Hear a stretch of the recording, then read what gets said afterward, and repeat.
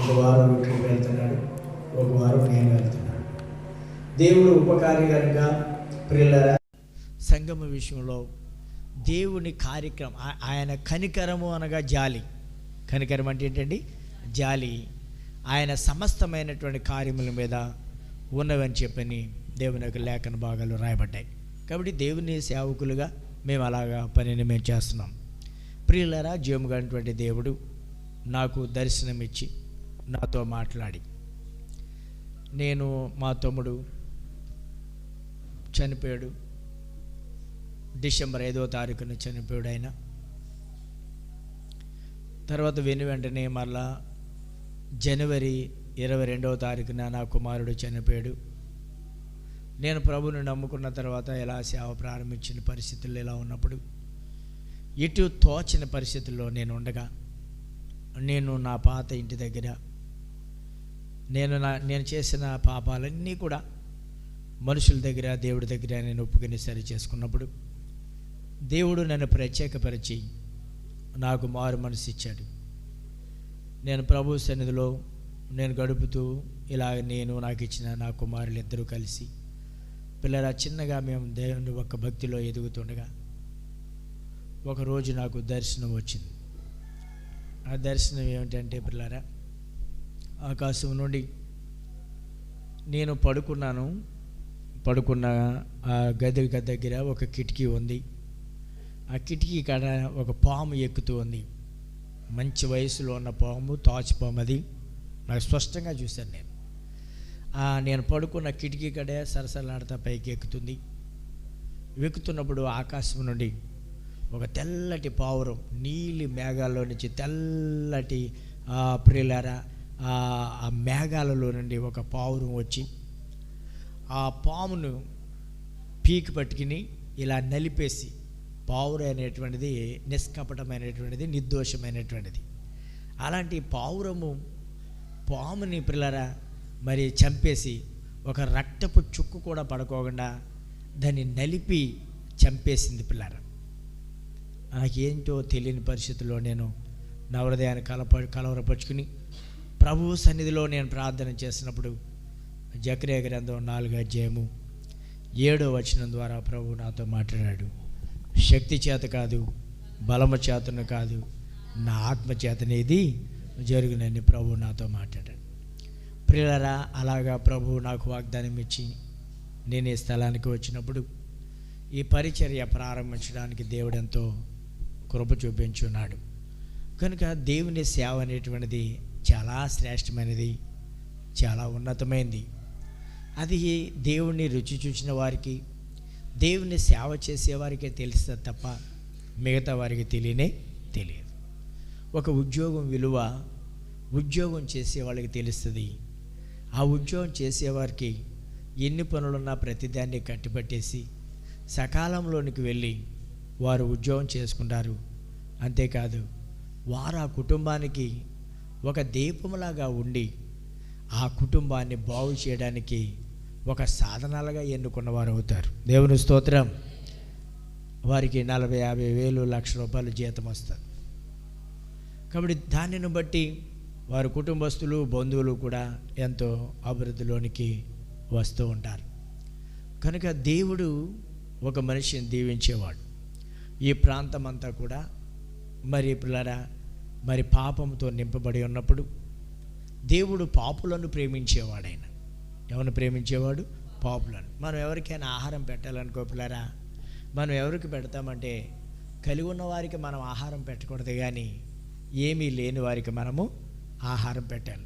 విక్లిప్ అన్నాడు తన వివాహానికి, నేనేమో విశ్వాసం ద్వారా వివాహం చేస్తున్నాను డాడీ, అనాథ పిల్లలు ఒక 50 మంది పలానా ప్రాంతంలో ఉన్నారు, వాళ్ళందరినీ నేను రప్పిస్తాను అన్నాడు. నేను అన్నాను, నాన్న మన పని మనం చక్కబెట్టుకుంటామే, అటు ఇటు కింద ఉంటుంది, అది రోజు మనం బిజీ అవుతాము. కనుక దయించి ఆ కార్యక్రమాలు ఉంటే తర్వాత చేదిగాని, కానీ ముందు ఈ కార్యక్రమం జరగాలి అని చెప్పని ఈ మందిరం పనులు కూడా అన్నీ ఆఫ్ చేసి నేను వివాహం చేయడానికి పూనుకుని ఉన్నాను. ప్రియులారా, ఎందుకు అతడు అన్నది సత్యమే. ఎందుకంటే విక్లిప్ యవ్వన కాలంలో మారు మనసు పొందాడు కనుక దేవుని మనసు ఉంటుంది. ఏ మనసు ఉంటుందండి? దేవుని మనసు. అందరికీ దేవుని మనసు ఉండదు.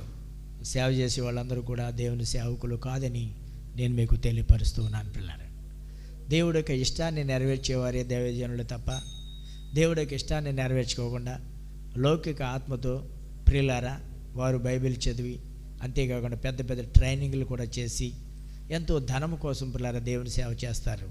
అయితే పౌలు గారు ఏమన్నాడంటే, కక్ష చేతనైనను, మెష చేతనైనను, అసూయ చేతనైనను, ఏ విధము చేతనైనను క్రీస్తు ప్రకటించబడుతున్నాడు, దాన్ని నేను అంగీకరిస్తున్నానని చెప్పిన దైవజనుడైన పౌలు గారు అన్నారు. కాబట్టి నేను ఎందుకు ఈ విషయాన్ని చెప్తున్నానంటే, ప్రభు యొక్క ప్రేమను ఎరిగి ఆయన ఉన్నారు కనుక ఆ దీనత్వం అనేటువంటిది ఆయనకి వచ్చింది పిల్లారా. కనుక ఈ ప్రాంతాన్ని ప్రభు ప్రేమించాడు. 117వ కీర్తన గ్రంథము 117వ అధ్యాయము 1వ వచనం. యెహోవా కృప మన ఎడల హెచ్చుగా ఉన్నది, ఆయన విశ్వాసత నిరంతరము నిల్చును. యెహోవా కృప మన ఎడల ఎలా ఉన్నదండి? హెచ్చుగా ఉన్నది. ప్రియులారా, ఎక్కడైతే పాపము విస్తరించబడి ఉన్నదో అక్కడే దేవుని యొక్క కృప అంత అపరిమితంగా ఉందని దేవుని యొక్క వాక్యం రాయబడినటువంటి రీతిగా ప్రియులారా, ఇక్కడ దేవుని యొక్క కృప బహు హెచ్చుగా ఉన్నది. దేవుని కృప ఈ బిడ్డలందరినీ కూడా ప్రేమించి దేవుడు రక్షించి దీవించాలనేటువంటి రీతిలో ప్రియులారా, మరి పరిచర్యను దేవుడు ఇక్కడ ఏర్పాటు చేసి ఇక్కడ నుండి దగ్గరగా ఒక 5-6 ప్రాంతాలు సేవ, ఇక్కడ నాటినటువంటి మొక్క 5-6 స్థలాలకి వెళ్ళి దేవుని సేవ చేయడానికి ప్రభువారు ఎంతో కృప చూపిస్తున్నారు. దేవుని స్తోత్రం. కాబట్టి ప్రభువు బిడ్డలమైనటువంటి మనము మన మనసును పరిపూర్ణంగా నిలుపుకోవాలి. మన మనసును నిలుపుకోవాలి, స్థిరపరచబడాలి. ద్వంద్వ మనసుతో మనం ఉండకూడదు. వాక్యంలో పిల్లారా, సామెతల గ్రంథం కావాలి చూడండి, 16వ అధ్యాయము సామెతల గ్రంథము. పరక్రమశాలి కంటే దీర్ఘశాంతంగా వాడు పట్టణమును పట్టుకున్నవాడి కంటే తన మనస్సును 16వ అధ్యాయము 32వ వచనం. పరక్రమశాలి కంటే దీర్ఘశాంతము గలవాడు శ్రేష్ఠుడు, పట్టణమును పట్టుకునేవాడి కంటే తన మనసును స్వాధీనపరుచుకునేవాడు శ్రేష్ఠుడు. శ్రేష్టమైనటువంటి వాక్యము ఇక్కడ మనకు కనబడుతుంది. ఏమన్నాడంటే, పరక్రమశాలి కంటేనంట ఏమన్నాడండి? దీర్ఘశాంతము గలవాడును, పట్టణమును పట్టుకునేవాడి కంటే తన మనసును స్వాధీనపరుచుకునేవాడు శ్రేష్ఠుడు. ఉన్నతమైన మాట ఇది. ఏమనంటే, పరక్రమశాలి కంటే దీర్ఘశాంతము గలవాడు శ్రేష్ఠుడు, పట్టణమును పట్టుకున్నవాడి కంటే తన మనస్సును స్వాధీనపరుచుకునేవాడు శ్రేష్ఠుడు. మన మనస్సును మనం ఏం చేయాలంటే స్వాధీనపరచుకోవాలి. మన మనస్సును మనం స్వాధీనపరచుకోవాలి. ద్వంద్వ మనస్సు మనకు ఉండకూడదు. స్థిరత్వం కలిగిన వారుగా మనం ఉండాలి. ఎప్పుడైతే అలా ఉంటున్నామో ప్రభు మనస్సును ఎరిగి ప్రభు పనిని మనం చేయగలుగుతాం. లేకపోతే మనం ప్రభు పని మనం చేయలేం. దేవుని వాక్యంలో సంఘము ఏ రీతిగా అభివృద్ధి పడింది, సంఘ బిడ్డలు ఏ రీతిగా ఉన్నారు అనేటువంటి కొన్ని విషయాలు మీకు చెప్తాను నేను. దేవుని వాక్యంలోకి వెళ్దాం. అపోస్తుల కార్యాలు 9వ అధ్యాయము, అపోస్తుల కార్యాలు 9వ అధ్యాయము 31వ వచనం. చదువు. కావున యూదయ, గలిలయ, సమరయ దేశమందంతటను సంఘము క్షేమాభివృద్ధిని పొందుచు సమాధానము కలిగి ఉండేను. చిన్న ప్రార్థన. ప్రేమగలిగిన దేవుడా, పరిశుద్ధుడైన మా తండ్రి, మీకు వందనాలు, స్తుతులు, స్తోత్రములు చెల్లిస్తున్నాం. నువ్వెంతో మంచి దేవుడవు, ఎంతో నమ్మదగిన దేవుడవు. నీ ప్రేమ గొప్పది. ఇంతవరకు ఈ పునరుద్ధాన కాలపు ఆరాధనలో ప్రారంభ ప్రార్థన మొదలుకొని పాటలు పాడడానికిని, ప్రభువా నాయన లేఖనంలో చదవడానికిని, స్తుతి ఆరాధన ద్వారా ప్రార్థనల ద్వారా మీ నామమును హెచ్చించుటకు మీరు మాకు ఇచ్చిన ఈ అవకాశాన్ని బట్టి మీకు స్తుతులు, స్తోత్రములు చెల్లిస్తున్నాం. మా ప్రభువా, మా మధ్యకు నాయన నూతన వధువులను శేఖర్ గారిని అలాగే కవితమ్మను కూడా తెచ్చారు. మీకు స్తోత్రాలు. వారిని దీవించి ఆశీర్వదించండి. నిలిచిన నీ దాసుడు బలహీనుడు, నన్ను మీ సిలువ చాటును మరుగుపరిచి నీ బిడ్డలకు ఏ వాక్యమైతే అవసరమైందో ఆ వాక్యం ద్వారా నాతో మాతో మాట్లాడండి. నన్ను మీరు తగ్గించండి, మీ నామాన్ని హెచ్చించుకోండి. ప్రతి చీకటిని మీరు అరికట్టివేయమని యేసు నామమున అడిగి వేడుకొనుచున్నాం మా తండ్రి, ఆమేన్. ప్రియరా, ఇక్కడ వాక్యంలో చూసినప్పుడు యూదయ, గలిలయ, సమరయ, యూదయ, గలిలయ, సమరయ దేశములందంతటా కూడా సంఘము క్షేమాభివృద్ధి నొందుచు సమాధానము కలిగి ఉండెను. సంఘము క్షేమాభివృద్ధి నొందుతూ ఉంది. క్షేమాభివృద్ధి నొందుచు సమాధానము. సంఘము క్షేమాభివృద్ధి. మనకు ఒక కుటుంబంలో ప్రియులారా, మరి కుమారుడు కానీ, కుమార్తె కానీ, కుమారులు కానీ, కుమార్తెలు కానీ ఉంటారు. ఒక 5-6 ఉంటారు. మా కుటుంబం అయితే పెద్దది, ఒక 13 సంతానం మేము. ఇప్పుడు జనరేషన్ బట్టి చూస్తే పిల్లారా, ఒక తల్లి తండ్రి, లేక 2 బిడ్డలు, లేకపోతే 3 బిడ్డలు ఉంటారు. ఒక 5 కంటే ఎక్కువ ఉండరు ప్రతి కుటుంబంలో కూడా. ఇప్పుడు కుటుంబంలో చూసినప్పుడు ప్రతి కుటుంబంలో కూడా ఏదో ఒక కొదువు అనేది ఉంటుంది, ఏదో ఒక కొరత అనేటువంటిది తప్పకుండా ఉంటుంది. అందులో ఏమాత్రం కూడా సందేహం లేనే లేదు. అయితే పిల్లారా, ఇక్కడ చూసినప్పుడు యూదయ, గలిలయ, సమరయ ఈ 3 దేశములందంతటా కూడా సంఘం ఎలా ఉందంటే క్షేమాభివృద్ధి నొందుతుంది. ఎలా ఉంటుందండి? సంఘము క్షేమాభివృద్ధి నొందుచునంట సమాధానము కలిగి ఉండేది. సంఘము క్షేమాభివృద్ధి నొందుచు సమాధానము కలిగి ఉండేది. క్షేమాభివృద్ధి, అభివృద్ధి. మన మందిరం విషయంలో మనం చూసినప్పుడు ఇక్కడ నేను ఒక సెంటు 4,000 రూపాయలు ఇట్టి మందిరం ఆ స్థలం కొనటానికే నా దగ్గర డబ్బులు లేవు గత 20 సంవత్సరాల క్రితం. అలాంటప్పుడు 1,000 రూపాయలు నేను అడ్వాన్స్ ఇచ్చి మిగతా 3,000 కోసం ఒక 5-6 నెలలు తప్పించుకు తిరిగాను నేను. అలాంటిది అక్కడ ఆ మందిరంలో చిన్న ఒక తాటి చెట్టు, అది కుళ్ళిపోయినటువంటిదే, సరైనది కూడా కాదు అలాంటి చెట్టు. తర్వాత అక్కడ నాకు ఒకరు యూక్లిప్టస్ చెట్టు అని చెప్పని తాతయ్య గారు, చిట్టుపల్లిలో తాతయ్య గారు ఉన్నారు. వాళ్ళు రాంబాబు, ఇంటి పేరు ఏం పేరు అది, కోళ్ళ తాతయ్య గారు అని ఆయన చనిపోయాడు. తక్కయ్య గారు వాళ్ళు పెద్ద అబ్బాయి. అతను నేను స్నేహ సంబంధంగా మాట్లాడుకుంటే వాళ్ళు ఒక ఉక్కులి చెట్టు ఇలాంటి గాలి సమయంలో పడిపోతే ఆ చెట్టు పట్టుకెళ్ళండి అయ్యారు అన్నారు. దాన్ని కోసి కొన్ని చెట్లు పిల్లల కొబ్బరి రేపర్లు కోయించి మందిరం కట్టడానికి దేవుడు కృప చూపించాడు. ప్రియులారా, తర్వాత మరలా వెనకాల స్థలాన్ని కొనడానికి, కింద మందిరాన్ని కట్టడానికి, ఆ మందిరం నుండి మరలా పైన మందిరం కట్టడానికి, ఎక్కడ నుండి ప్రియమైనటువంటి దేవుని బిడ్డలారా, దేవుడు కొంతేరు, తుమ్మలపల్లి, అబ్బరాజుపాలెము, అలాగే పాలకొల్లు, పిల్లారా ఎలమంచిలి, లంక, కొట్టు కాలువ, ఎలమంచిలి, పిల్లారా వెంప, ఇన్ని ప్రాంతాలలో మన దరుపుగా ఇంకా లెక్కేయాలంటే జేసీఎఫ్ అనేటువంటి సంస్థ ద్వారా కూడా నేను దగ్గరగా పిల్లారా ఒక 25 సంవత్సరాల సంస్థలో నేను దేవుని పరిచర్య చేశాను. ఎన్నో ప్రాంతాలు తిరగడానికి ప్రభువారు ఎంతగానో మరి కృప చూపించున్నాడు. అభివృద్ధి పొందాలి. ఏం పొందాలండి? అభివృద్ధి అనేది. ఇక్కడ చూసినప్పుడు 3 ప్రాంతములలో ఏంటంటే యూదయ, గలిలయ, సమరయ దేశములందంతటా కూడా సంఘం ఏం పొందుతుందండి? క్షేమాభివృద్ధి నొందుతుంది. క్షేమాభివృద్ధి నొందాలి. క్షేమం మనిషి జీవితంలో పిల్లారా ఎప్పుడు కూడా క్షేమముగా ఉండాలి. ఎలా ఉండాలండి? క్షేమంగా ఉండాలి. క్షేమంగా ఉంటే మంచిది. ఏ కార్యక్రమం చేసినా అడుగుతాం, ఎలా చేశారు, ఎలా ఉంది, ఏమైంది, పర్వాలేదా అని అడుగుతారు. అడిగినప్పుడు ప్రతి దాంట్లో కూడా అయా దేవుని కృపను బట్టి ఏమీ పర్వాలేదండి అని చెప్పని పిల్లారా వారు చెప్పినప్పుడు మన మనసుకి ఎంతో సంతోషాన్ని కలుగుతుంటుంది. కాబట్టి దేవుని బిడ్డలారా, నేను ఎందుకు ఈ విషయాన్ని మీకు చెప్తున్నానంటే సంఘము క్షేమాభివృద్ధి నొందుతూ ఉంది.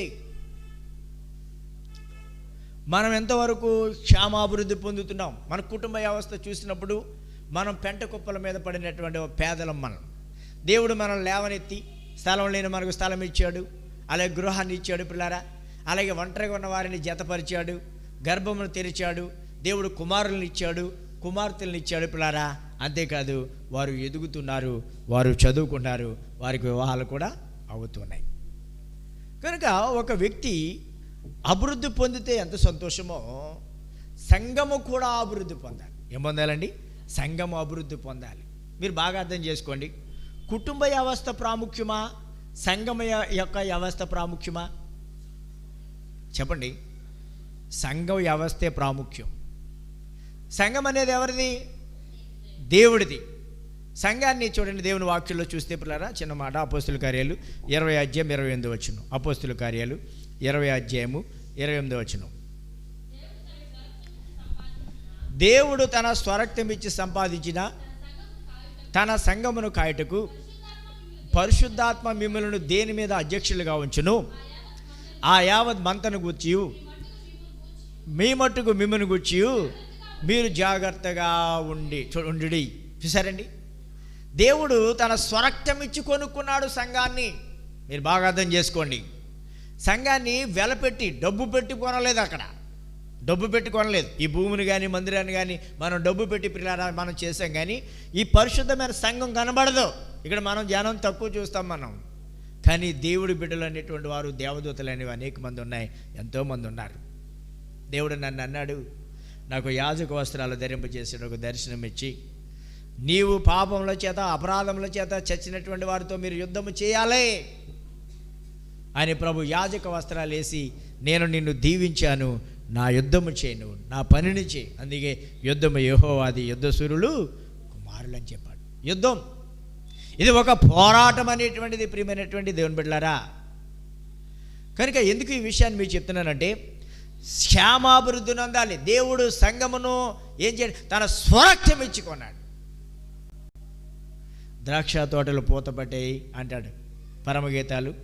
చూడండి, పరమగీతాల్లో చక్కటి మాట, ద్రాక్ష తోటలు పూతపడ్డాయి, వాటిని చెరుపు నక్కలను 2వ అధ్యాయము పరమగీతాలు 2వ అధ్యాయము 15 మన ద్రాక్ష తోటలు పూతపట్టి ఉన్నవి, ద్రాక్ష తోటలను చెరుపు నక్కలను, వినారా, మన ద్రాక్ష తోటలు పూతపట్టాయి, ఆ ద్రాక్ష తోటలను చెరిపే నక్కలను పట్టుకొని, వినారా, ద్రాక్ష తోటలను చెరిపే నక్కలు ఎవరు కొనైనా సరే మంచి వారి మీద పడుతుంది. దేవుని స్తోత్రం. అందరూ మంచి వాళ్ళని కోరుకుంటారు.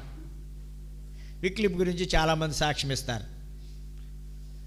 శేఖర్ గారి గురించి కూడా మన వివాహంలో చాలామంది మంచి సాక్ష్యం ఇచ్చారు.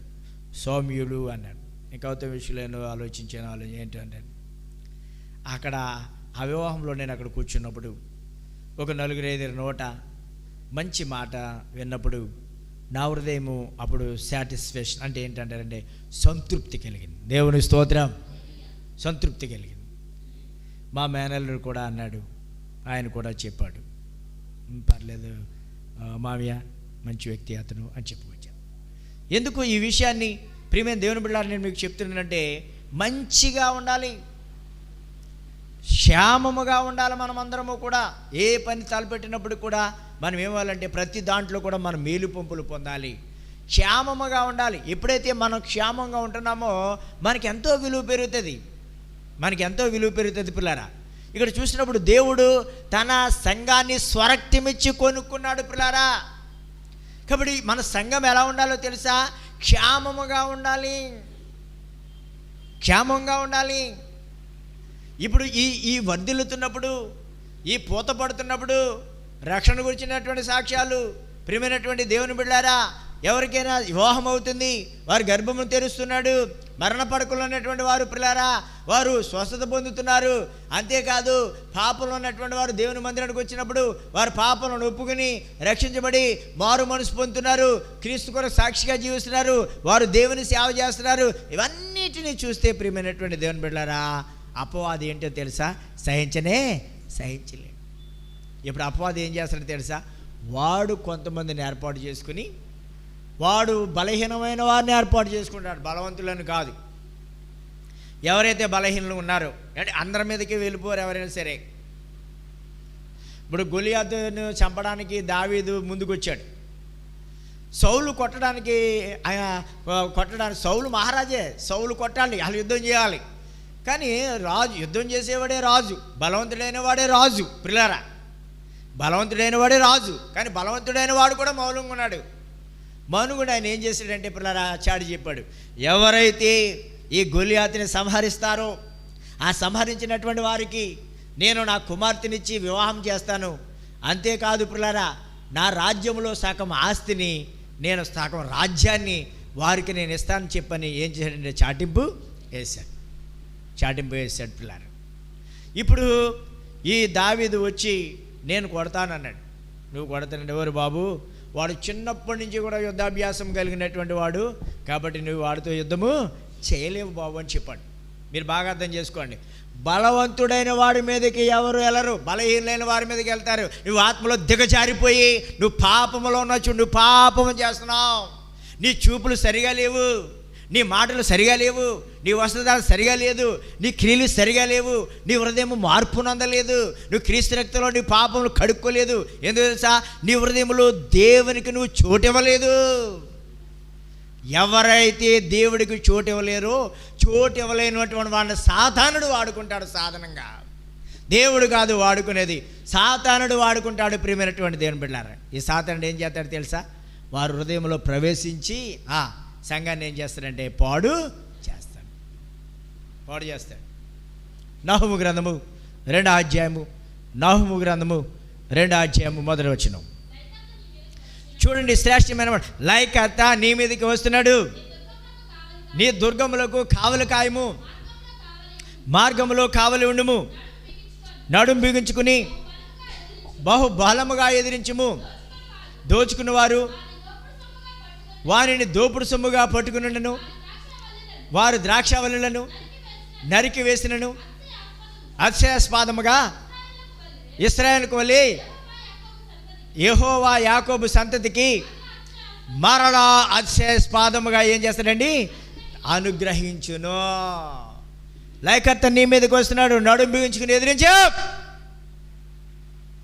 అపవాదిని ఎదిరించండి, వాడు మీ వద్ద నుండి పారిపోను.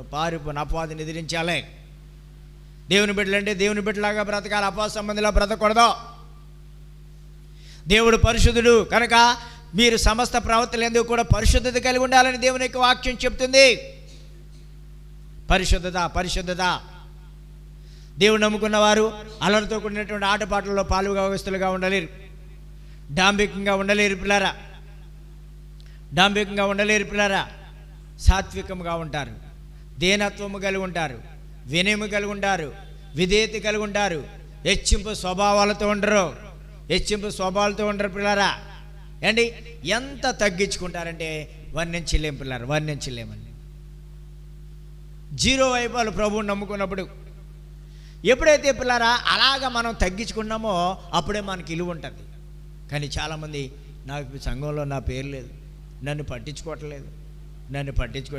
నువ్వేమన్నా ప్రభువుని పట్టించుకుంటున్నావా? నిన్ను పట్టించుకుంటాకే. నువ్వు పట్టించుకుంటే నిన్ను పట్టించుకుంటారు, నువ్వు పట్టించుకోలేనప్పుడు నిన్ను ఎలా పట్టించుకుంటారు? వాక్యం ఏంటో తెలుసా? అందరికీ వాని క్రియలు చెప్పిన ప్రతిఫలం ఇస్తానన్నాడు. చేసుకున్నవాడికంట చేసుకున్నంతంట. ఏంటంట? చేసుకున్నవాడికి చేసుకున్నంత. ఇప్పుడు పీటర్సన్ వ్యాపారం చేస్తున్నాడు, నువ్వు వ్యాపారం చేస్తున్నావా? చేయట్లేదు. ఈయన వ్యాపారం చేసినోడు డబ్బు సంపాదిస్తాడు. ఇంకా శ్యామలో కూడా వ్యాపారం చేస్తుంది, లక్షలు సంపాదిస్తుంది. తప్పు కాదు, తప్పేంటి? నేను దేవుడి సేవ చేస్తున్నాను, లక్షలు సంపాదించాను నేను. దేవుని స్తోత్రం.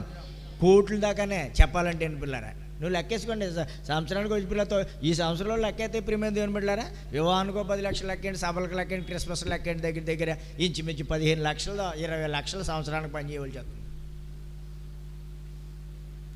ఎవరి తాతగారి చెమ్ములు?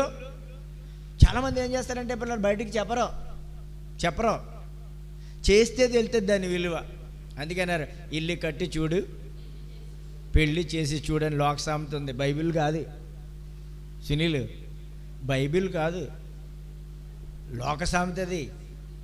ఇల్లు కట్టి చూడు, పెళ్ళి చేసి చూడు అన్నాడు. బస్కెళ్ళ 10 ఎంత లెక్కేసిన అవుతుంది. ఇది ఏం చేయడు మొన్న 7 అట. దేవుని మహాకృపను బట్టి మన మందిరాల్లో ఈ సంవత్సరం ఒక 4 వివాహమైంది. దేవుని స్తోత్రం చెప్పండి, దేవుని స్తోత్రం. మంచిది. దేవుడు మేలు చేసేవాడే తప్ప కీడు చేసేవాడు కాదు. దేవుడు మేలు చేసేవాడు, కీడు చేసేవాడు కాదు. ప్రియమైనటువంటి దేవుని బిడ్డలారా, కనుక ఎందుకు ఈ విషయం చెప్తానంటే దేవుని పరిచర్య చాలా ఉన్నతమైనటువంటిది, చాలా శ్రేష్టమైనటువంటిది. ప్రియమైనటువంటి దేవుని బిడ్డలారా, మనం ఏమవ్వాలంటే మనం అభివృద్ధి పొందాలి. ప్రభు యొక్క సన్నిధిలో అపవాదికి మనం చోటు ఇవ్వకూడదు. ఇప్పుడు నువ్వు ఇల్లు కట్టుకున్నావు, ఇల్లు కట్టుచున్న కారణంగా దీనివల్ల ఎంత ప్రయాసో నీకు తెలుస్తుంది. మరి దేవుడు సంఘాన్ని కట్టాడు. శిష్యులతో అన్నాడు యేసుప్రభువు వారు, అయ్యా ప్రజలందరూ నన్ను గురించి ఏమనుకుంటున్నారు అన్నాడు. చూడండి, చదివితే మంచిదేమో. మత్తయి సువార్త 16వ అధ్యాయము, మత్తయి సువార్త 16వ అధ్యాయము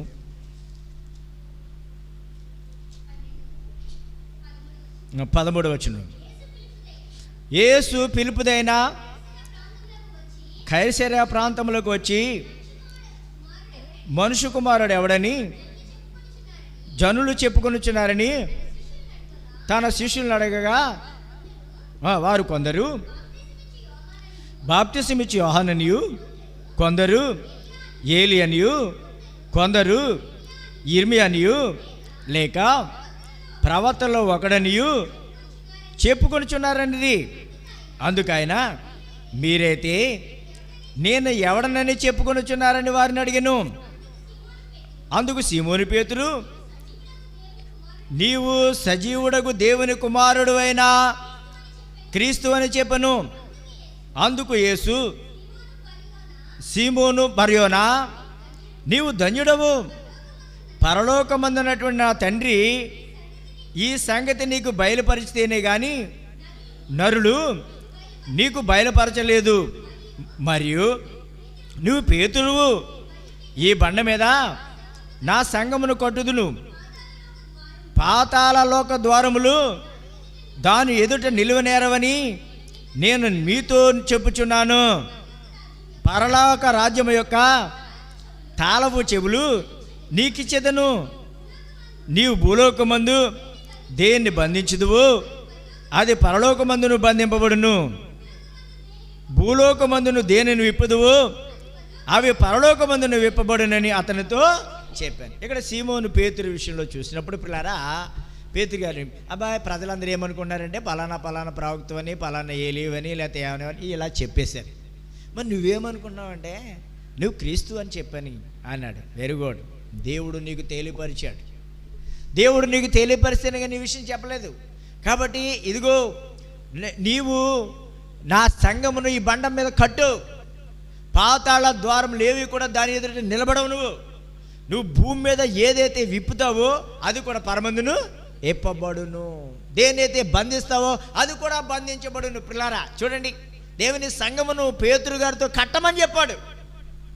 దేవుని సేవకుడికి అధికారం ఇచ్చాడు. ప్రభువైనటువంటి యేసుక్రీస్తుకి అధికారం ఉంది. భూమి మీదను పరలోకం మందు కూడా ఏముందండి?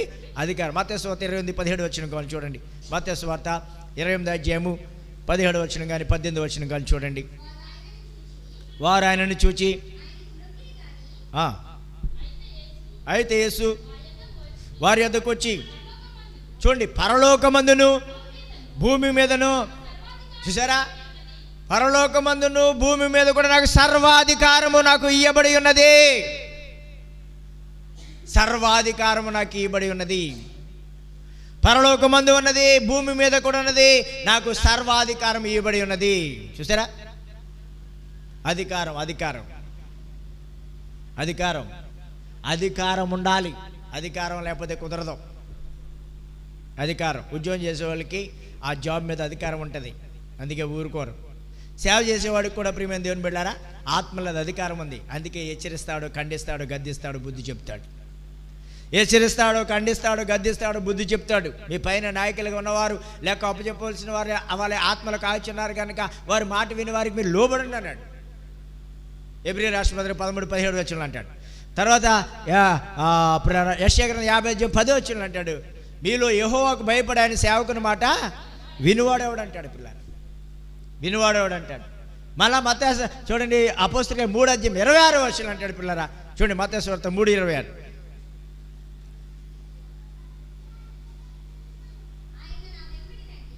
అమ్మా 3:26 26 లేదా? అపోస్తలుల కార్యాలు దేవుడు తన సేవకుని పుట్టించి మీలో ప్రతి వానిని వాని దుష్టత్వం నుంచి మళ్లించడం వలన మిమ్మును ఆశీర్వదించుటకు ఆయనను మొదట మీ యొద్దకు పంపనని చెప్పాను. చూసారా, దేవుడు తన సేవకుడిని పుట్టించాడు. ఎందుకు పుట్టించాడో తెలుసా? మీలోనున్నటువంటి దుష్టత్వం నుంచి మళ్ళించడం వల్ల మిమ్మల్ని ఆశీర్వదించడానికి. ఒక మనుషుడు ప్రియులారా ఆశీర్వదించబడాలంటే తన తప్పిదాన్ని ఒప్పుకోవాలి, విరిగిన మనసు రావాలి, నలిగిన హృదయం రావాలి, పాపాన్ని ఒప్పుకోవాలి. యాకోబు దేవుని దూతతో రాత్రంతా పెనుగులాడుతున్నాడు. యాకోబు మోసం చేసి పెనుగులాడుతున్నాడు. అప్పుడు ఆయన అన్నాడు, నీ పేరేంటి అన్నాడు. నా పేరు యాకోబు అన్నాడు.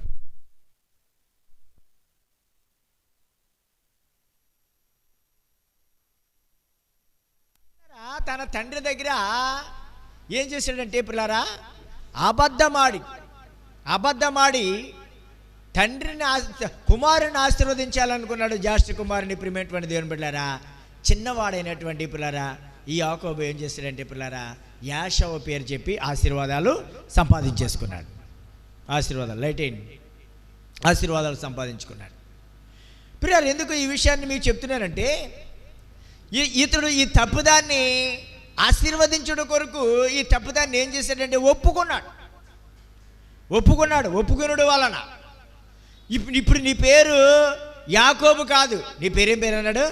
ఇశ్రాయేలు అని చెప్పాడు. దేవుని స్తోత్రం. నీ పేరు యాకోబు కాదు, నీ పేరు ఇశ్రాయేలు. ఒప్పుకోవాలి. నీ బ్రతుకుల్లో కూడా నీ హృదయాన్ని దేవుడికి ఇవ్వాలి. నువ్వు మారు మనసు పొందాలి. నువ్వు పాపాన్ని ఒప్పుకోవాలి.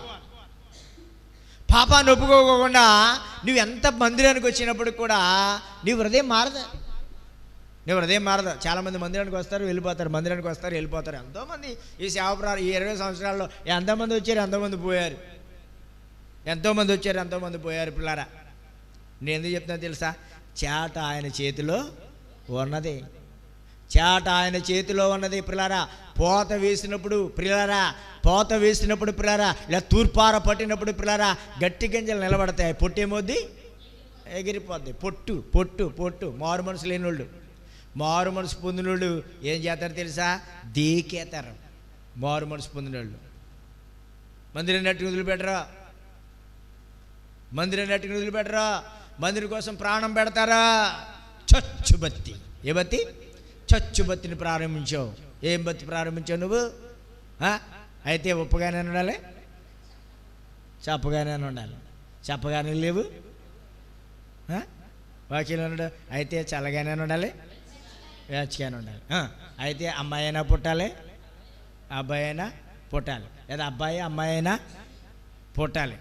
అబ్బాయి కాదు, అమ్మాయి కాదు. ఎవరో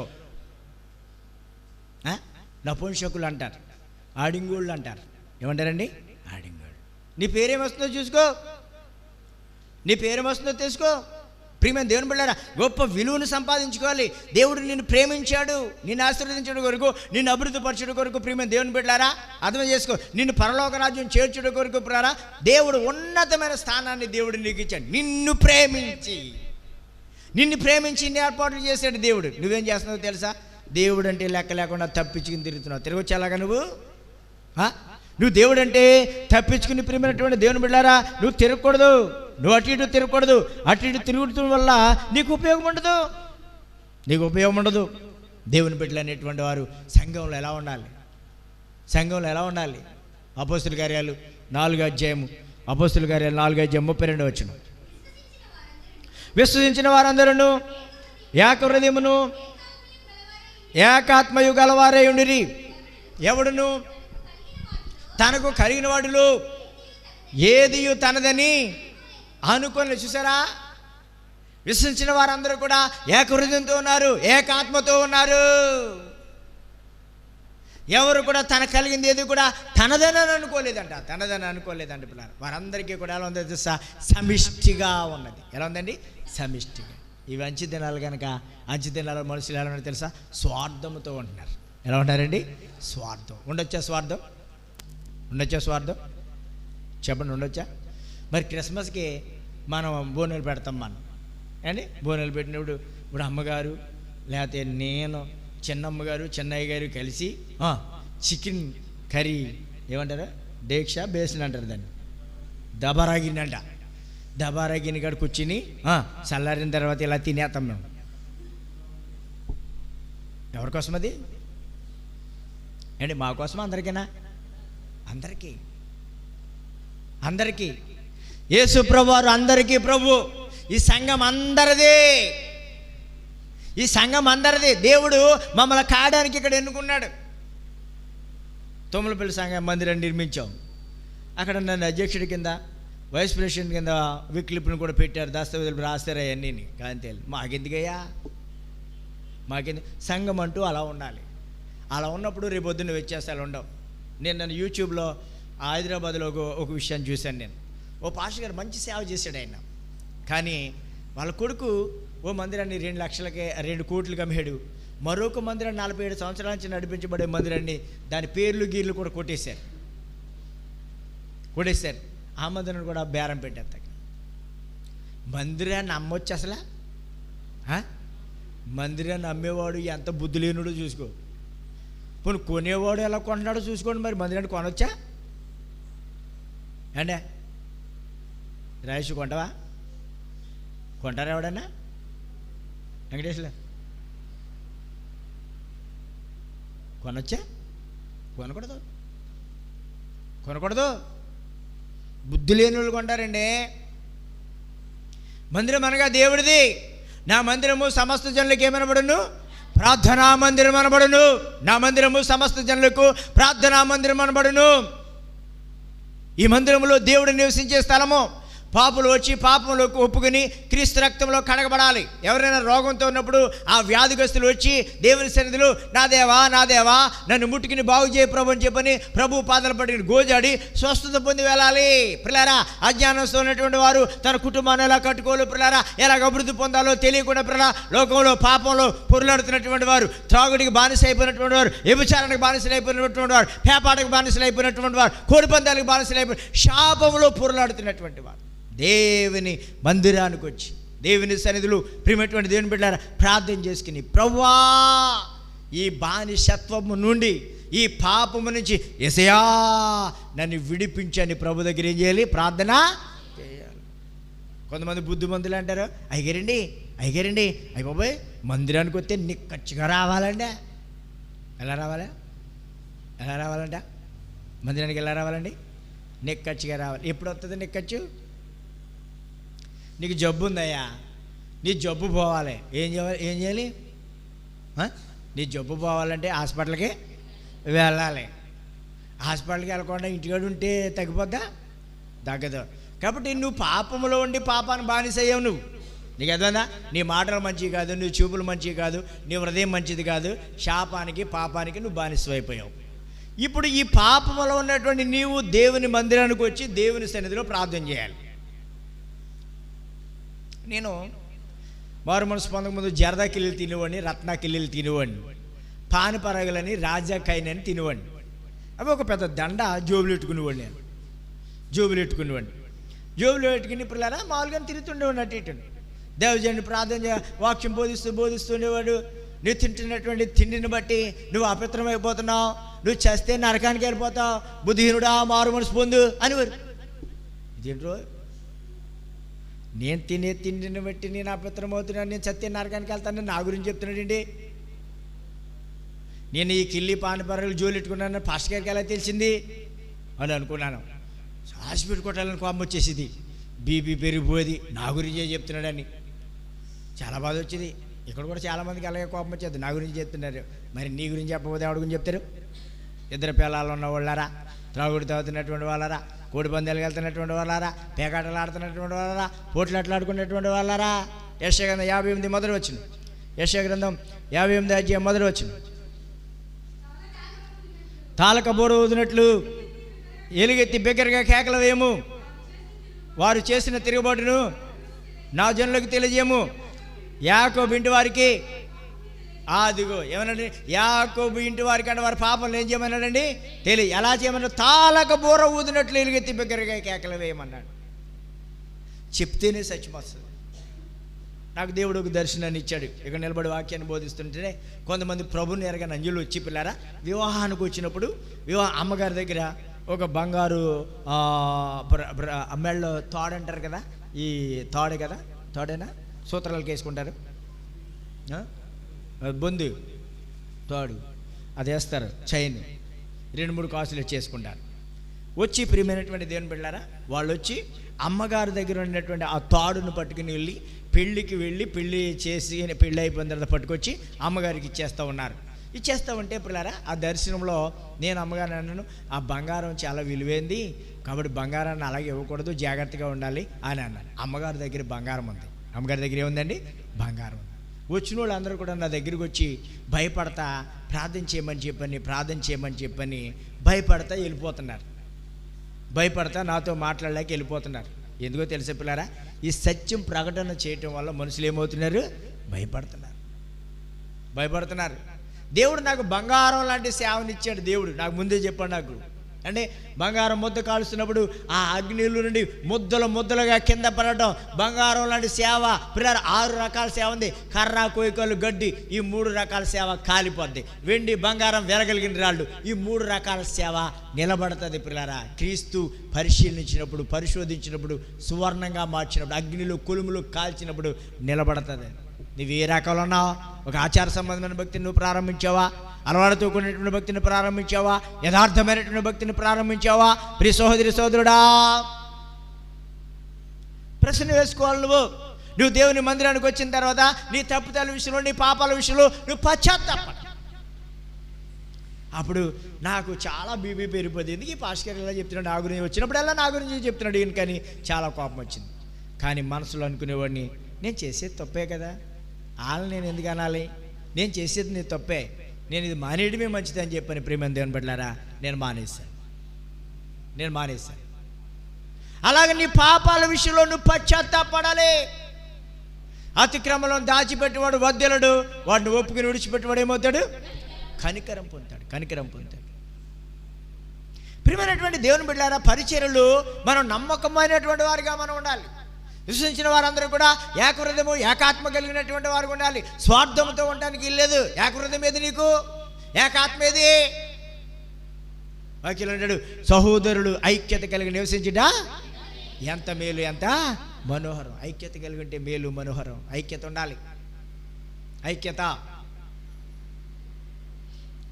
మాటకి ఎన్నోసార్లు మనం వింటాము. ఐక్యత అనేది ఎప్పుడు వస్తుంది పిల్లరా? ఏంటి ఐక్యత అనేది? క్రియాపూర్వకమైనటువంటి భక్తిని మనం చేయాలి. ఓ సేవకుడు పిల్లరా, ఓ స్థలంలో ఒక పెద్ద సేవకుడిని చూసి, ఆయన పెద్దోడు అని చెప్పాను పిల్లరా, వందనాలు చెప్తే అది అంగీకరించలేదండి. అంగీకరించకపోతే ఈయన పెద్దోడు అని చెప్పాను, ప్రభువా నేను చెప్పిన వందనాలు చెప్పిన ఆయన పట్టించుకోలేదు ఏంటి అని చెప్పని మనసులో బాధ వచ్చి ప్రభు సేవకుడు ప్రార్థన చేసుకుంటున్నాడు. ఇలా ఉంటారు. డినామినేషన్స్ ఫీలింగ్స్ ఉంటాయి, కులం యొక్క విధానాలు ఉంటాయి, లేకపోతే వ్యాపారాల యొక్క విధానాలు ఉంటాయి, భేదాలు ఉంటాయి, చదువు యొక్క విధానాలు ఉంటాయి, అందం యొక్క విధానాలు ఉంటాయి. ఇవన్నీ ఒకరు చూసి ఓర్చుకోలేరు. పైకి చెప్పుకోలేకపోయినప్పుడు కూడా మనసులో ఎంతో బాధ, ఆవేదనలో మనుషులకు ఉంటాయి. పిల్లలు ఎంత మంచిగా మాట్లాడుకున్నప్పుడు కూడా లోపడంట కలహం ఉంటుందని చెప్పాడు. ఏముంటుందండి? హృదయపూర్వకమైనటువంటి భక్తి చేయలేనటువంటి వారంట లోపల ఏముంచుకుంటారన్నాడు? క్రోధాన్ని ఉంచుకుంటారని చెప్పాడు. క్రోధాన్ని ఉంచుకోకూడదు పిల్లారా. ఐక్యత కలిగి జీవించాలి. దేవుడికి కావాల్సింది పైరూపం కాదు, దేవుడికి కావాల్సింది హృదయం. దేవుడికి కావాల్సింది హృదయం, పైరూపం కాదు దేవుడికి కావాల్సింది. నేను మా కోడలు గారు కొంచెం కురసగా ఉంటుందని చెప్పని చాలా ఆలోచించాను. 2-3 సంవత్సరాలు చెప్పి ప్రభు దగ్గర ప్రార్థన చేశాను. ప్రార్థన చేతనాను. ప్రభు నాతో మాట్లాడాడు. విక్లిప్పు కూడా దేవుడు చూపించాడు, దర్శనంలో చూపించాడు. ఆయనతో వాగ్దానం ఇచ్చి మాట్లాడాడు, నాకు వాగ్దానం ఇచ్చి మాట్లాడాడు. అప్పుడు అమ్మగారు నేను కలిసి వాళ్ళ ఇంటికి వెళ్ళాం. ప్రభు ఇలా నాతో చెప్పాడు, మీరు ప్రార్థన చేయండి అన్నాడు. దేవుని స్తోత్రం. మరి సందాలు చూడమా చెప్పండి. ఈ క్లిప్ ఎన్ని అడుగులు ఉన్నాడా? 7 అడుగులా?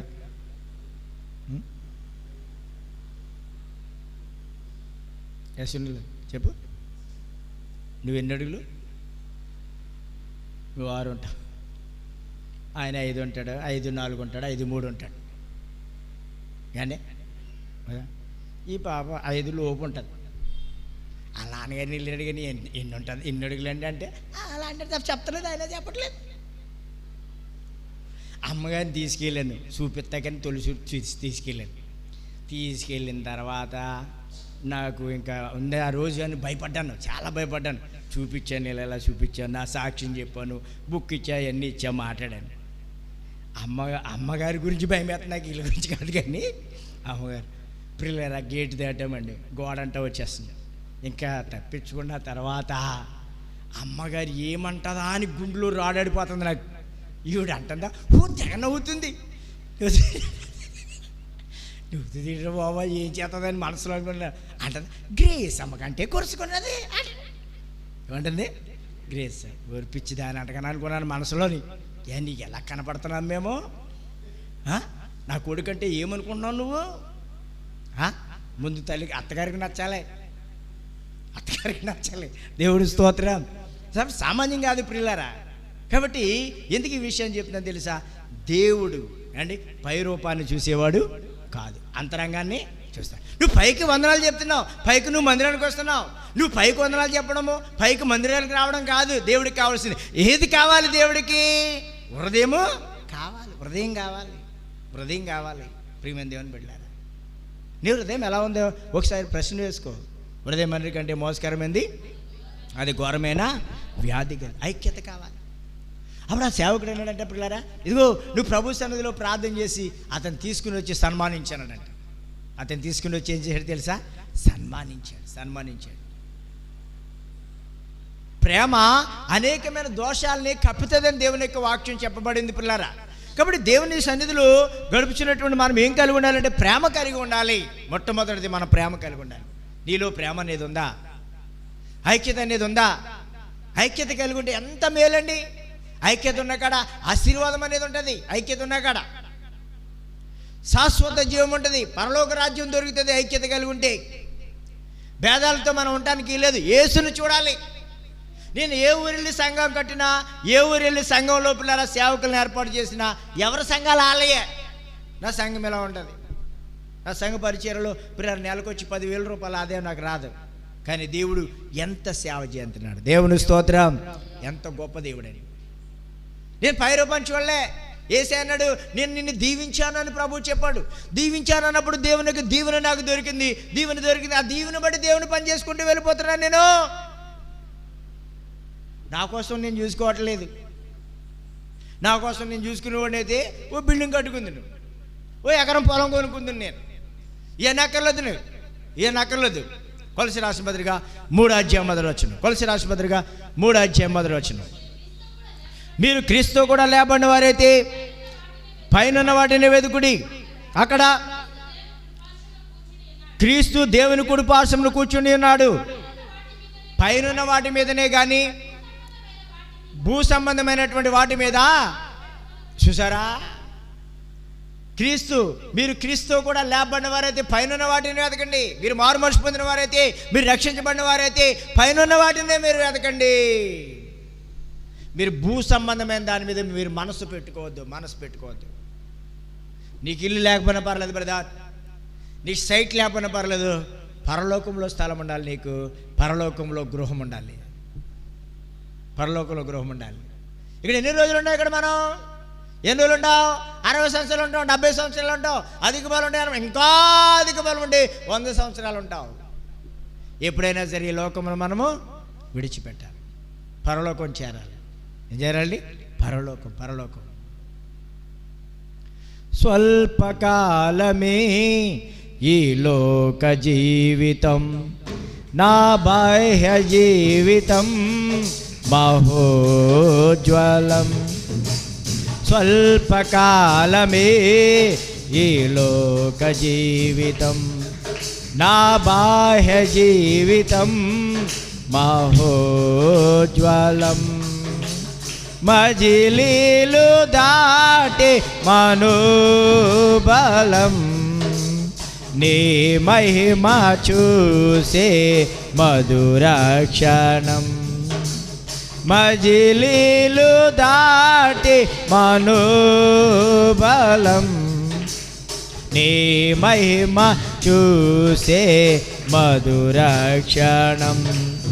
వీక్షించు కన్నులు విశ్వాస జీవితం నాకు ఇయ్యవా, వీక్షించు కన్నులు విశ్వాస జీవితం నాకు ఇయ్యవా, పరలోకమే నా అంతఃపురం, చేరాలనే నా తాపత్రయం, పరలోకమే నా అంతఃపురం, చేరాలనే నా తాపత్రయం. యేసుదేవరా కనికరించవా, దారి చూపవా, యేసుదేవరా కనికరించవా, దారి చూపవా, పరలోకమే నా అంతఃపురం, చేరాలనే నా తాపత్రయం. దేవుని స్తోత్రం. స్వల్పకాలం ఈ లోక జీవితం, స్వల్పకాలం 70-80 సంవత్సరాలు. ప్రియరా, ఇంకా అధిక బలం ఉంటే 100 సంవత్సరాలు. ఎప్పుడైనా నీకు మరణం ఉంది, అందులో ఏమాత్రం కూడా సందేహం లేదు. ఆయన సంఘమైన నీవు, వధువైనటువంటి నీవు ప్రిపేర్, సిద్ధపాటు కలిగి ఉండాలి. ఏం కలిగి ఉండాలి నువ్వు? సిద్ధపాటు ఉందా? సిద్ధపడ్డావా? సిద్ధపడాలి.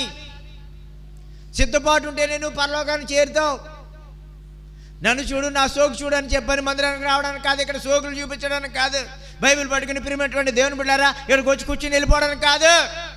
అధికారం 3 పిల్లరా 6వ వచనం, సామెతల గ్రంథము 3వ అధ్యాయం 6వ వచనం.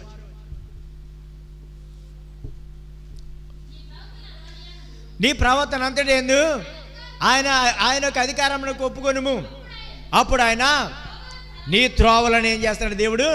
విన్నారా? నీ ప్రవర్తన అంతటి ఎందు కూడా ఆయన యొక్క అధికారానికి ఒప్పుకొనుము, అప్పుడు ఆయన నీ త్రోవలను ఏం చేస్తాడు? సరళం చేస్తాడు. దేవుని యొక్క అధికారానికి మనం ఒప్పుకోవాలి. సేవకుడైన నేను దేవుడి అధికారానికి ఒప్పుకోవాలి. విశ్వాసాన్ని నీవు దేవుని యొక్క అధికారానికి ఒప్పుకోవాలి. చాలామంది సేవకులను పిల్లరా ఒక ఆచారంగా ఏదో ఒక తేలిగ్గా వాడుకుంటారు.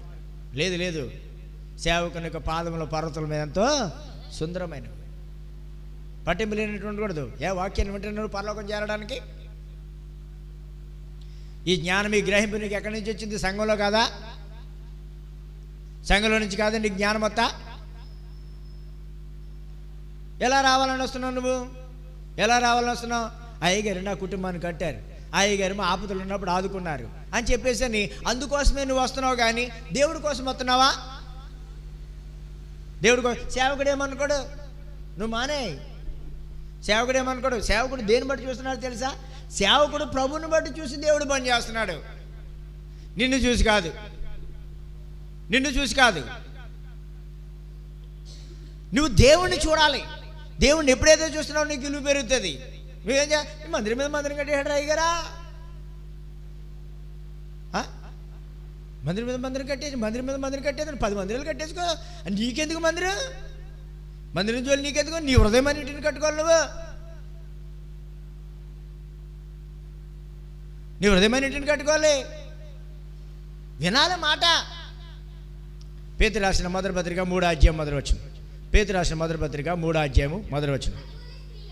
అటువలే స్త్రీలారా మీరు మీ స్వపురుషులకు, విన్నారా? అటువలే స్త్రీలారా మీరు మీ స్వపురుషులకు ఏముండాలండి? లోబడి ఉండాలి. ప్రతి స్త్రీ కూడా భర్త మాట వినాలి. మన భర్త ఎవడో? నిన్ను సృజించిన వాడు నీకు ఎవరు భర్త? యేసు. నాకు భర్త ఎవరు? యేసు. నేను ఎవరి మాట వినాలి? యేసు మాట వినాలి. మొన్న బ్రిడ్జి దగ్గర ఎవరో ఒక అబ్బాయి, పెద్ద అయినా తర్వాత అబ్బాయి చించినాడు బ్రిడ్జిలో దూకేసి చనిపోయారని తెలిసింది మీకు? చేతులైతే తెలుసు కదా. ఎందుకు చనిపోతారు అనుకుంటున్నారు మీరు? ఏదో పెద్ద కారణం చెప్పండి. ఏదో పెద్ద కారణం ఉంటుంది. కారణం నేను కొంత సంఘాన్ని విడిచిపెట్టేశాను. హైదరాబాద్లో ఒక ఆవిడ అన్నదంట వాళ్ళ కూతురితోటి, వాళ్ళ కూతురు అయ్యగారు సంఘాన్ని ఎందుకు వదిలిపెట్టారు? ఏదో ఉంటుంది. ఏదో ఉంటుంది, అందుకే వదిలేరు. ఏముంటుంది? ఏదో ఉంటుంది, అందుకు వదిలేరు. ఎందుకు దూకేశారు? సొంత కూతురిని చంపేస్తాడా? సొంత కొడుకుని చంపేస్తాడా? తన ప్రాణాన్ని వాడు తీసుకుంటాడా? సంఘంలో అయ్యో వచ్చినాయి పిడికిలు బియ్యాలి. సంఘానికి వెళ్తే పిడికిలు బియ్యం వస్తాయి, మళ్ళీ మీరు చందాలు వేస్తారు, డబ్బులు వస్తాయి. అది పలహారం పట్టుకు వచ్చారు పెళ్ళయిందని, దేవుని స్తోత్రం. ఇలానే అన్నీ వస్తాయి సంఘంలో. దశం భాగాలు ఎత్తారు, ప్రతిష్టార్పణలు ఎత్తారు, విలువ పెరుగుతుంది, సాల్వ్ వేసి సన్మానిస్తారు, దండేస్తారు, దేవుడు అంటారు. సంఘాన్ని వదిలిపెట్టేస్తారా? వదిలిపెట్టరు. ఏదో ఏదో అనగా అనగా అనగా అనగా ఒక ఊరిలో అంటే ఏంటి, ఏదో ఉందని, అది ఏదో ఉంటుంది, ఆ రహస్యం. దేవుని స్తోత్రం. కాబట్టి ప్రియమైన దేవుని బిడ్డలు సామాన్యం కాదు. దేవుని బిడ్డలుగా దేవుని యొక్క సన్నిధిలో గడిపేటువంటి మనం, దేవుడు మన భర్త, ఆయన మాట వినాలి. ప్రతి స్త్రీ కూడా తన సొంత భర్త మాట వినాలి. మాట వింటే విలువ పెరుగుతుంది. దేవుని స్తోత్రం. మాట మాట. నా భార్య పెళ్ళి నాకు 25 సంవత్సరాలు అయింది. బాబా 20 2099 సంవత్సరంలో 26 సంవత్సరాలు అయింది. 26 సంవత్సరాలు అయింది. నేను పిల్లవని కుర్రోళ్ళలాగానే ఉన్నాను ఇప్పుడు కూడా నేను. దేవునికి స్తోత్రం. పిల్లవను ఎందుకు తెలుసు, నా భార్య వల్ల ఈరోజు కూడా నాకు ఏ బాధ లేదు. అసలు ఎప్పుడు కూడా ఏమండే ఏంటి అని అంద అలా అంటారు. ఆవిడకి తగ్గ కోళ్ళు వచ్చింది. ఆవిడ కూడా దేవుడు అమ్మగారు అండి ఏమనమంటారో అట్ట దేవుడా వీళ్ళిద్దరికి భలే ఉందనుకుంటా.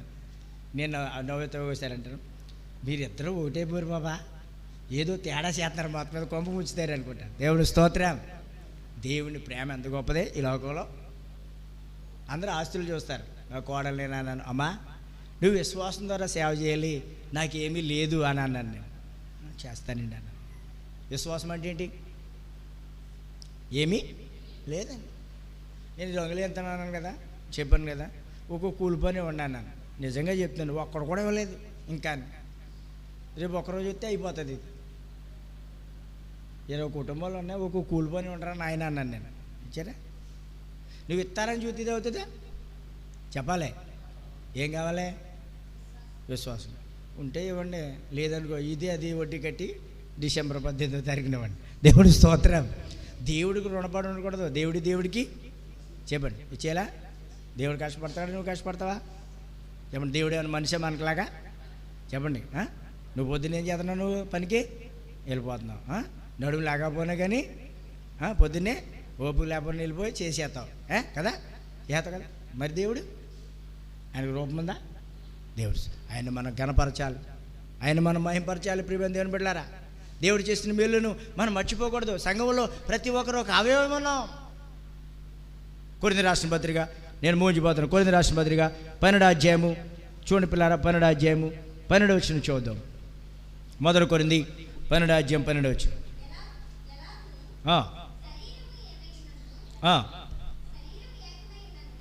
శరీరం ఏకమైనను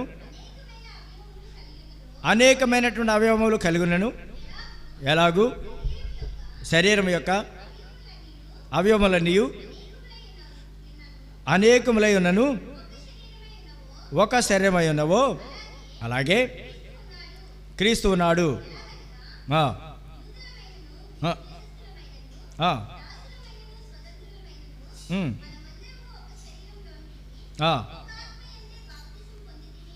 చదవండి. మనమందరం ఒకే ఆత్మను పానము చేసి. చూడండి, ఇక్కడ చూస్తే ఇక్కడ అవయవాల గురించి రాశాడు. ప్రియమైనటువంటి దేవుని బిడ్డలారా, శరీరంలో అనేకమైనటువంటి అవయవాలు ఉన్నాయి, అన్నిటికీ ఒకే పని ఉంటుంది. ఈ శరీరంలో పిల్లల కొన్ని ఏమంటారంటే అవశ్యము కానివి, ఘనహీనమైనవి అంటాడు, కొన్ని ఘనమైనవి అంటాడు. ఘనహీనమైనవి, ఘనమైనవి. ఇప్పుడు ఘనహీనమైనవి కూడా ఘనమైనవే, ఘనమైనవి కూడా ప్రియమైన దేవుని బిడ్డలారా కావలసినటువంటి ఘనహీనమైనవే. కాబట్టి పెద్దదని చిన్నదని ఏమీ కూడా లేదు. శరీరములో ప్రియమైనటువంటి దేవుని బిడ్డలారా ప్రతి అవయవము ఎలాగైతే దేవుడు అమర్చాడు. ఇప్పుడు తల ఉందండి, ఇది అవసరమే మనకి, ఇది అవసరమే. ఇది అవసరం లేదని అనుకున్నాడు, గుండు కొట్టించుకోవు, పైపైన వేసుకుంటావు క్రాఫ్, కదా. పైపైన వేసుకుని క్రాపు మళ్ళీ వారం రోజులకి తల ఎదిగిపోవాలి, ఎందుకంటే అందంగా ఉండాలి. ఇప్పుడు నేను హెల్మెట్ ఎట్టుకొచ్చాను, నేను దువ్వుని మర్చిపోయాను, నేను పిచ్చ ఉందండి. గ్రేసమ్మ నాన్న దువ్వుని అమ్మ అని అట్టుకొచ్చి దువ్వు చేసి తలకాయ దూకుని వచ్చాను. ఎందుకు? తలకాయ అణిగిపోతుంది. తలకాయ కలదు అనుకో దూకొస్తలేదు కనుక నువ్వు నెట్టుకోవాల్సిన పర్లేదు కదా అండి. బోడిగుండులాగా ఉంటాయి ఉండవా?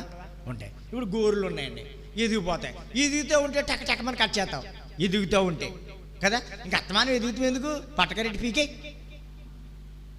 చెప్పండి, పట్టకరెట్టి పీకే పిల్లరా కాదు. ఎలాగ అవసరమో అవశ్యమో, ఎలాగ సంఘంలో నువ్వు కూడా అవసరమే ప్రియమైన దేవుని బిడ్డారా. నీళ్ళు వేసేవాడు, ఇస్తరు తీసేవాడు, వండేవాడు, ప్రియమైన పంచి పెట్టేవాడు, తీసుకునేవాడు, సేవకుడు, వాక్యం బోధించేవాడు, ప్రతిదీ అవసరమే దేవుని సంఘంలో పిల్లారా. కాబట్టి ఆ సంఘమును మనం ఏం చేయాలంటే అభివృద్ధి పరిచేటువంటి వారిగా మనం ఉండాలి పిల్లరా. ఐక్యత కలిగినటువంటి వారిగా ఉండాలి తప్ప సంఘాన్ని పాడు చేయకూడదు. సంఘం ఏంటో తెలుసా? ఇక్కడ నుండే నీకు దీవెన, ఇక్కడి నుంచే నీకు దీవెన. నువ్వు షేప్గా ఉంటున్నావంటే కేవలం దేవుని కృప, దేవుని యొక్క కృప. కాబట్టి మనం ఎలా ఉండాలి తెలుసా? మనం క్షేమంగా ఉండాలి. ఎలా ఉండాలి? మనం క్షేమంగా ఉండాలి. యూదయ, సమరయ, గలిలయ దేశమంతటా కూడా సంఘం ఎలా ఉంది? క్షేమం కలిగి ఉండాలి. ఎలా ఉందండి? క్షేమం. మనం కూడా అలా క్షేమంగా ఉండాలి, సేపుగా ఉండాలి, మేలులు చేసే దేవుడు. నా ప్రాణమా సన్నుతించుమా, నా ప్రాణమా సన్నుతించుమా, యెహోవా నామమును, పరిశుద్ధ నామమును, యెహోవా నామమును, పరిశుద్ధ నామమును. అంతరంగ సమస్తమా సన్నుతించుమా,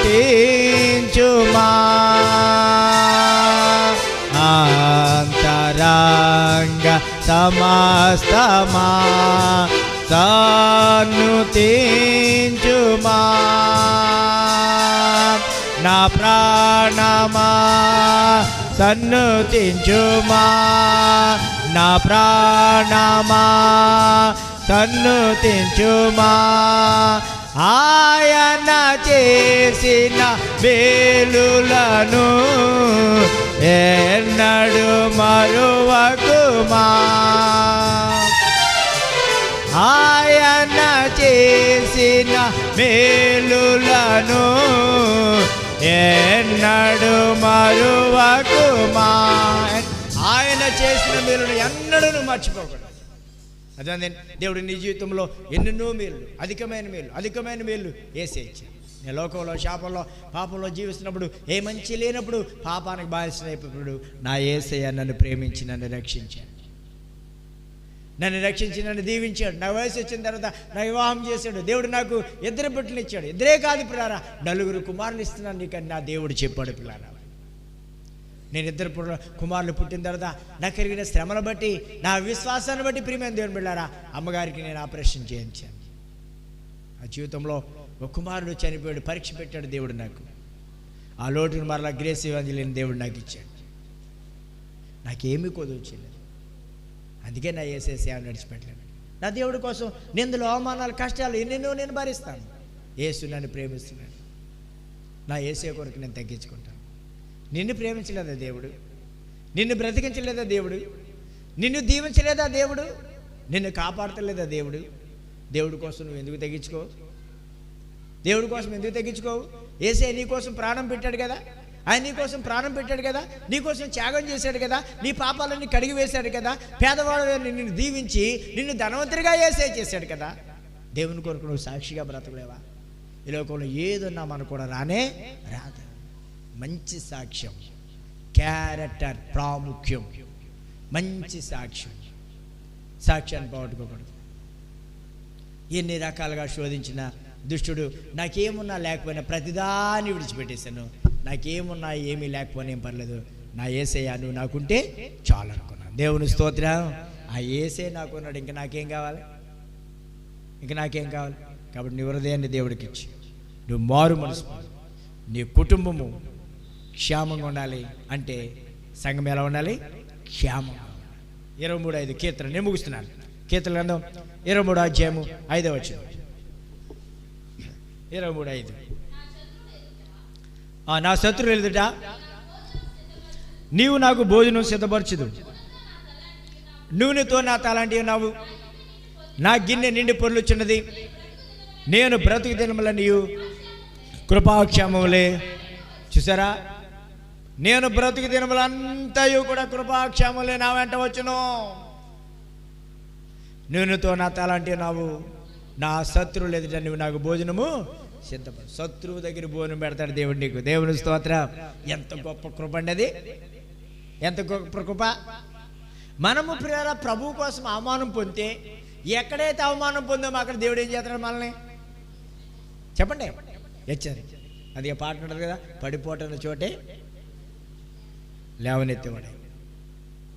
సిగ్గుపడినాడు ఏమైనా చేయగలదు, కథ మొత్తం మార్చు. కవిత అంటుంది, అసలు పెళ్ళి అవుతుంది అనుకోలేదు, ఆశ్చర్యంగా అయిపోయిందండి. ఆశ్చర్యం కదా, అసలు సేవ చేస్తాను అనుకోలేదు నేను, నాకు ఆశ్చర్యం అయిపోయింది. నాకు నలుగురు కొడుకులు పుడతబెట్టారు, చిత్రం అయిపోయింది. పెళ్ళి అవ్వలేదు అన్నాను నేను. పెళ్ళి 26 సంవత్సరాలు అయింది. తలకాయ మెరిచిపోతాం పక్క నుంచి, ఇంకా కుర్రచేష్టలు పోలేదు. దేవుడి స్తోత్రం. చెప్పండి, దేవుడి స్తోత్రం. సామాన్యం కాదు భక్తి అంటే. సంతోషంగా ఉండాలి అండి. ఎంత అధికమైన మేలు మన కోసం దేవుడు చేస్తాడు. పెళ్ళి అవ్వట్లేదు అనుకో, కుర్రోడికి నీకు దారి తేలిక మెంటలెక్కిపోయి తిరుగుతున్నాడు. బోసోళ్ళు చిన్నాయన ఉన్నాడు తెలిసి, బోసోళ్ళు తమ్ముడా రాజకుమారులు చిన్నాయన వెళ్ళిపోడు కదా, చచ్చిపోడా, ఏం చేయడు, వెళ్ళిపోడు. వచ్చాడా ఇంటికి దారి? రత్నకుమారి మీ ఆయనకి దారి తెలతలేదు, తిరుగుతున్నాడు అటు వస్తాడు ఎప్పుడో కాబట్టి ఎవరు. నా రత్నకుమారి, నా ఎముకలలో నా ఎముక, నా మాంసంలో ఒక మాంసమ్మా, నువ్వు నారి అంటాడు. అప్పుడు వస్తుంది కళ్యాణం. చూసుకో దేవుడు అప్పుడు తెలుస్తుంది డబ్బు. అయ్యి బాబోయ్, పెళ్ళంటే 100 పంట అన్నారు కానీ పెళ్ళంటే ఎంతకు వచ్చావు బాబా? పెళ్ళంటే ఏంటనుకున్నాం? అందరిదని పెళ్ళి. దేవుడు స్తోత్రం. దేవుడి పెళ్ళికంట అందరూ, నేనేమీ చేయట్లేదు కదా, 1000 మందికో 1500 మందికో చేద్దామనుకున్నారు. దేశం అంతా ఎంతమంది వస్తే ఎవరు కాదంట, అందరూ వస్తారు. దేవుడి స్తోత్రం. అందరూ రావాలి, రావడమే మంచిది.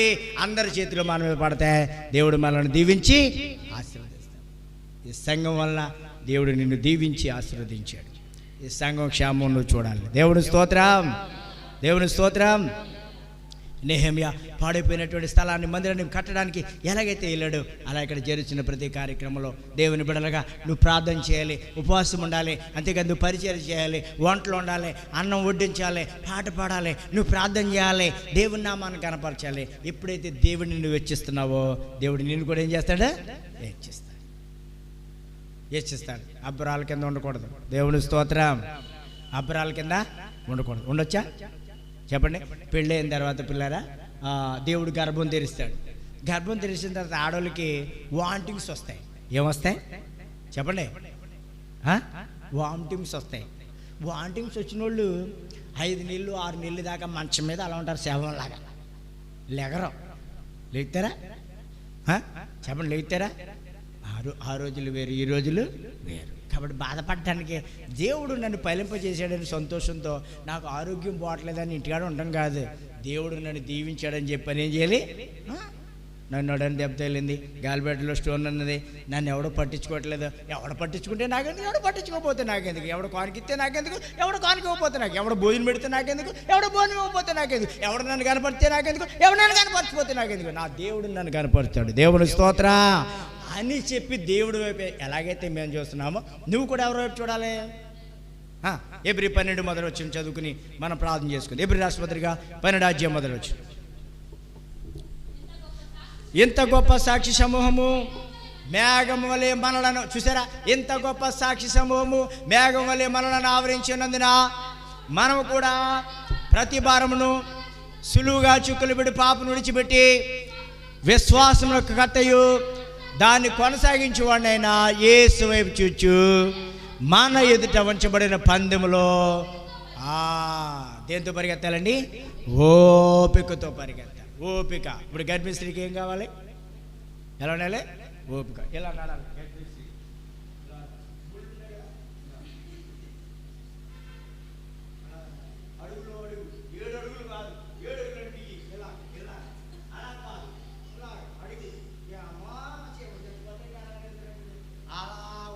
ఓపిక. నోరు పైకి లేకూడదు. నోరు పైకి లేకుండా నోరు కదా దేవుడు. నాలుగు బయటకు వచ్చిందా దేవుడు.